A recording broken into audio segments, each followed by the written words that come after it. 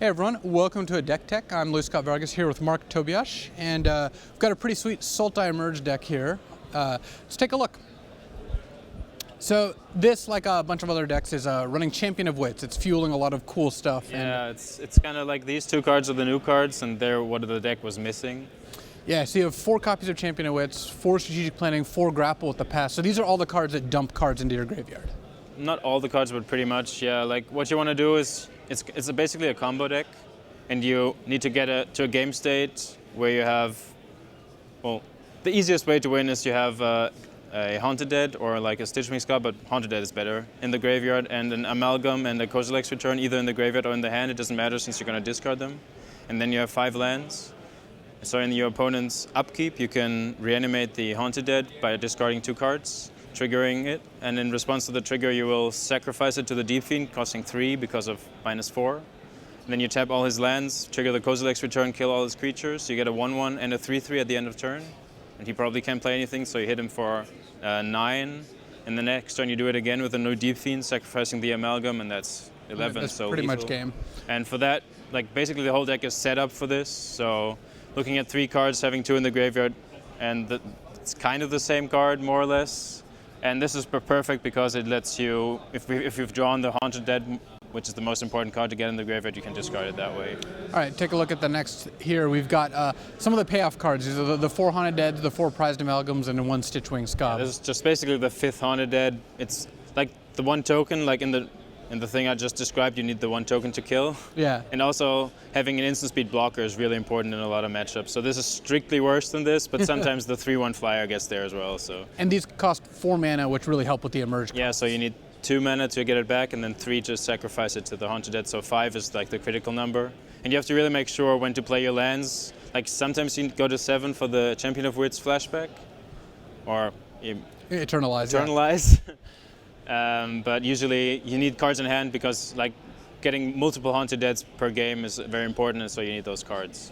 And this is like the key card basically because it gets a lot of power on the table pretty fast. Like sometimes you just dump this in on turn 2 with like either of the mill 3, and then you can, like if you have 2 Haunted Deads in your hand, you can just go 9 power on turn 3, which is usually pretty good. Yeah, this is a way to cheat a bunch of mana, get a bunch of 3/3s. Yeah. Sometimes you cast it just to emerge on 4, but that's not ideal. Right. Let's take a look at next. We've got some of the big synergy cards. We have the 4 Elder Deep Fiends, 4 Kozilek's Returns. Yeah, those this is the most important card in the deck, but this makes the deck good. Like a lot of creatures right now don't survive like even the first half. Right. So just casting it for 3, especially against mono red or zombies, is very good. And once you do the back half, almost nothing survives. And sometimes you can even just get 2. So this is the card that lets you control the board while tapping the lands with this. Because if you have to tap creatures with this, it's less good. And playing into the theme, this is another free card. You get to play it for free out of your graveyard, just no mana cost. Basically, all you need is this in your hand, and all the other cards can be in your graveyard. Right. They all do their thing. Taking a look at what's next, we've got the Green Splash. We've got 1 Ishkana and then 4 Traverse the Ulvenwald. Pretty much, as well as the grapples, yeah. Yeah, this is the only card that doesn't work with the game plan itself. It's just once you have this and you're very good at getting Delirium, just having this in your deck gives you a lot of like other angle of attack against mono red or like anything that wants to attack you that has a blue red like aggro deck as well. And this, you just play it on 5, and usually that gets all the time you need. Right, and between 4 Traverse and 4 Grapple, you have a lot of ways to access cards in your deck or your graveyard. Exactly. Like this is like, as you said, it's the splash. You splash for this, and that's basically Demonic Tutor. Like all you basically care about are creatures or lands. But like most of the time it's get Deep Fiends. Sometimes you get like the Haunted Dead, so you can discard it to the Champion of Wits. But it's basically Deep Fiend like 7 and on, up to 8. I mean 5 and on. Right. So taking a look at the last couple spells, we've got Collective Brutality and Fatal Push. A little bit of interaction for the opponent. Exactly. Like the format is pretty fast, and like you really go off starting turn 4 or 5. Like you basically always go off turn 5, but 4 you sometimes can do it. So you need stuff to survive, and this is the best card for this. Like it's 1 mana, it kills basically everything. You have 4 Evolving Wilds, so you can trigger the Revolt as well. And this is just very good as well because you can like This mode is actually like a bonus. Like it also gets your Haunted Dead in the graveyard, and against mono red, if you go turn 2, this kill their guy, make them discard a burn spell, get the Haunted Dead in the graveyard. That's almost always game over. Right. So this gives you just a little bit of ways to do something in the first few turns. Exactly. Yeah.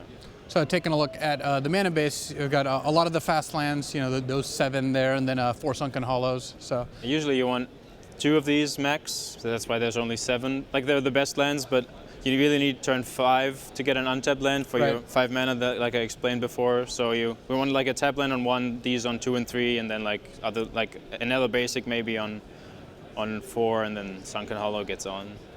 Taking a look at the rest of the mana base, the 4 Evolving Wilds help trigger Fatal Push, also help with your 4-color mana base. Also very important is there's 2 things. When it gets a land in the graveyard, so you can grapple and make sure you don't miss. Right. And also getting the red is very important, and like getting a land in the graveyard for Delirium. So this is the most important land, I'd say, in the mana base. Yeah. Then you have a Lumbering Falls in there, just a utility land of some kind. No, actually it's very important as well, because if you don't have an Amalgam, the line I described where you get just 1 Haunted Dead, without the Amalgam you go Haunted Dead, sacrifice it, so you have 6 power with the Deep Fiend and the Spirit. Then you get another Haunted Dead back, get another Spirit, sacrifice the new one with the second Haunted Dead. So there's 6 the first attack, and then there's 12 the second attack, which is not enough, so you need 3 more. And since you have 5 lands anyway, it's perfect. Have you traversed for a Lumbering Falls yet? I have once, yes. Yeah, it's always nice. And then lastly, we've got a bunch of basics for your Evolving Wilds mana base. Yeah, also this cast, the Kozilek's Return, which is very important against the aggro decks. Otherwise you never need it, but just to cast the 1 red spell, or non-red spell, I guess. Are you happy with your deck choice so far? Yes, I've lost once to mono red because I was on the draw. It was pretty close. I 2-0'd everything else except the last round where I just misplayed a bunch. The deck is very difficult to play, so you shouldn't misplay. Good advice. All right, for Marc Tobiasch, I'm Luis Scott Vargas. That was our deck tech, and we've got more Pro Tour Hour of Devastation action coming up next.